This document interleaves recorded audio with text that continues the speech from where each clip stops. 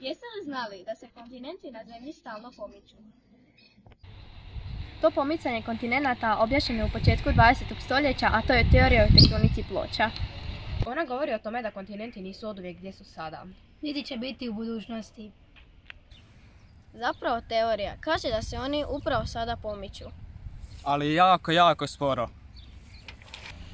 I kad kažemo sporo, zaista mislimo sporo.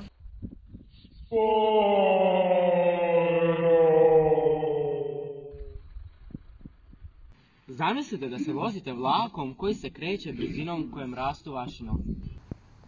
E pa to je ta brzina. U prevodu? U godinu dana. Kontinenti se pomaknu. Svega 2 do 5 cm.